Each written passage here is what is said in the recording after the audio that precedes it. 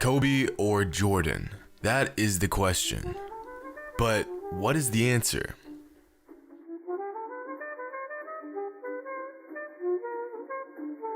What's up everybody, it's Jimmy, and at one point in time the NBA blessed us with the likes of Michael Jordan and Kobe Bryant in the league at the same time. One of them was older and more accomplished, the other was just getting his young career started. Those who were old enough at the time to watch these duels got to watch some of the best basketball ever. The rest of us have to settle for highlights. But you see, the thing about highlight reels is they're just that.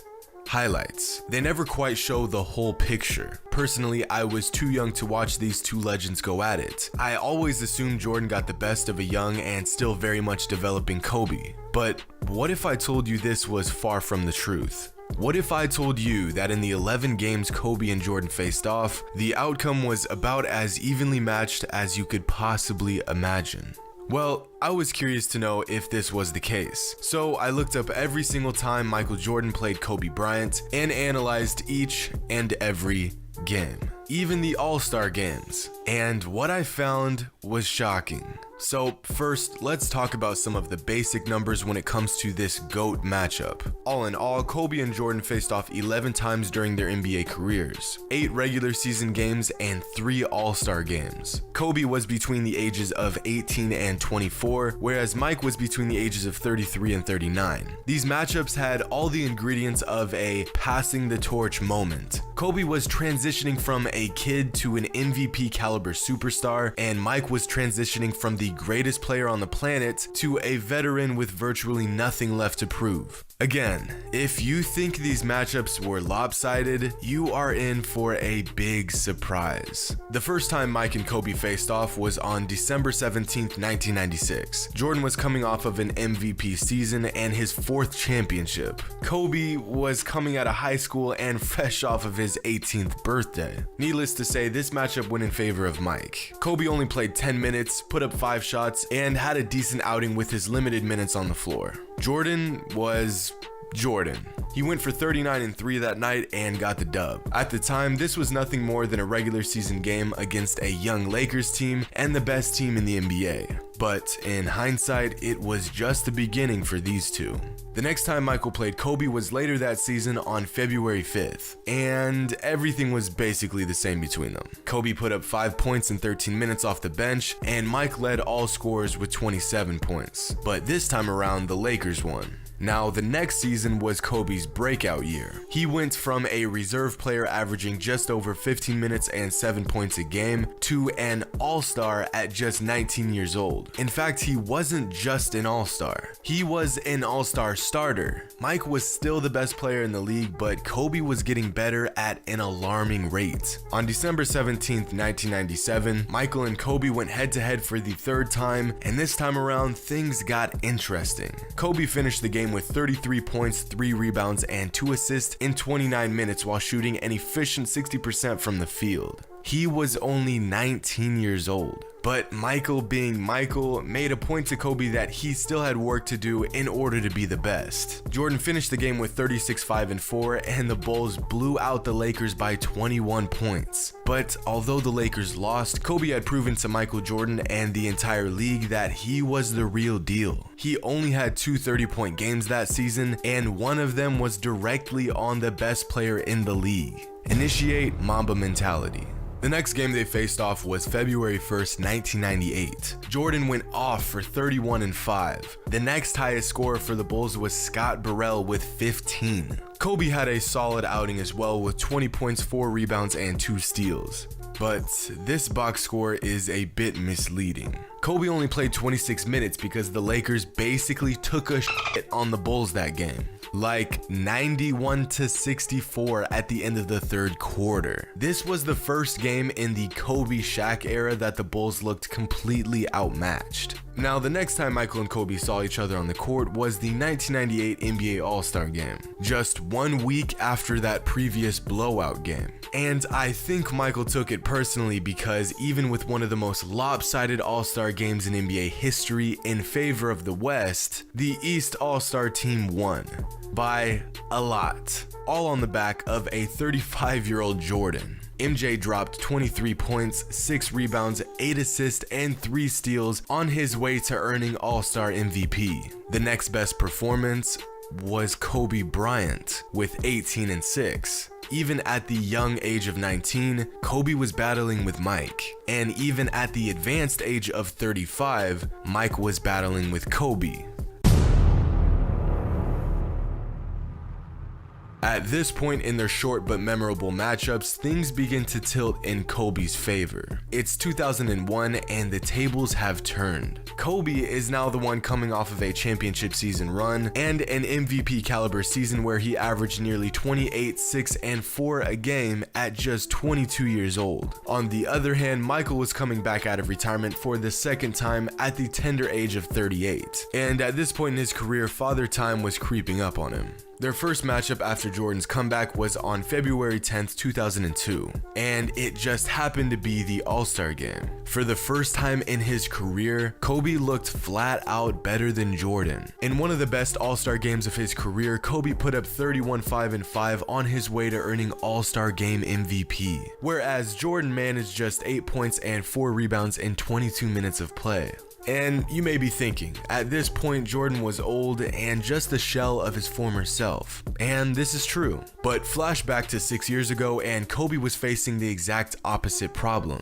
In fact, it's interesting how Kobe was improving at virtually the same rate that Michael was declining. And this became no more apparent than during their very next face-off just 2 days after the All-Star game. Michael had a solid outing with 22, 6, and 5. Not the Michael of old, but still a good game. But Kobe didn't just have a good game. This game, Kobe made a statement. Against his childhood idol, Kobe dropped one of the sickest triple-doubles of his entire career. That night, Kobe put up 23 points, 11 rebounds, and 15 assists. To put into perspective how incredible this was at the time, this was only Kobe's third career triple-double. It's almost as if he wanted to make a point to Michael that it was time to pass the torch. The next game was definitely an off night for the both of them. 14 and 6 for Kobe and just 12 minutes of play for Jordan. This one was forgettable, but the following game was one for the record books. November 8th, 2002. And aging Jordan is, I can't believe I'm saying this, coming off the bench. That's right, ladies and gentlemen, the GOAT himself actually came off the bench at one point in time and actually lit the Lakers up. On this night, Jordan put up 25 points and propelled the Wizards to a win over the reigning champions. But Jordan wasn't just good on offense. Although Kobe had quite the game himself with 27, 6, and 4, Jordan held him to just 8 of 21 from the field and finished the game with a better offensive and defensive rating. Kobe played a hell of a game, and yet still got outplayed by a 39-year-old Michael Jordan coming off of the bench in his last season. Their last All-Star game together was also later that season, and it was one of their most evenly matched duels. Kobe finished the game with 22, 7, and 6, and Mike put up 25 and 2. And although Jordan was still able to hold his own at this point, it was becoming more and more obvious that it was Kobe's time. But nothing could have prepared NBA fans for what was to take place just a month later. What Kobe did to an old, vulnerable Michael Jordan was about as savage as it gets. After years of being either beaten up or matched by Michael, Kobe Bryant was ready to put this rivalry to bed. Just 7 years into his career, Kobe had proven a lot. He had proven himself to be a champion 3 times. He had proven that he could be the best against the best, but he had yet to prove that he was undoubtedly better than the man he looked up to for his entire life. He didn't care that Michael was 40 years old. He didn't care that his team was clearly better than Mike's. He was prepared to end the discussion once and for all. And what better time to do this than in his last matchup against the man himself?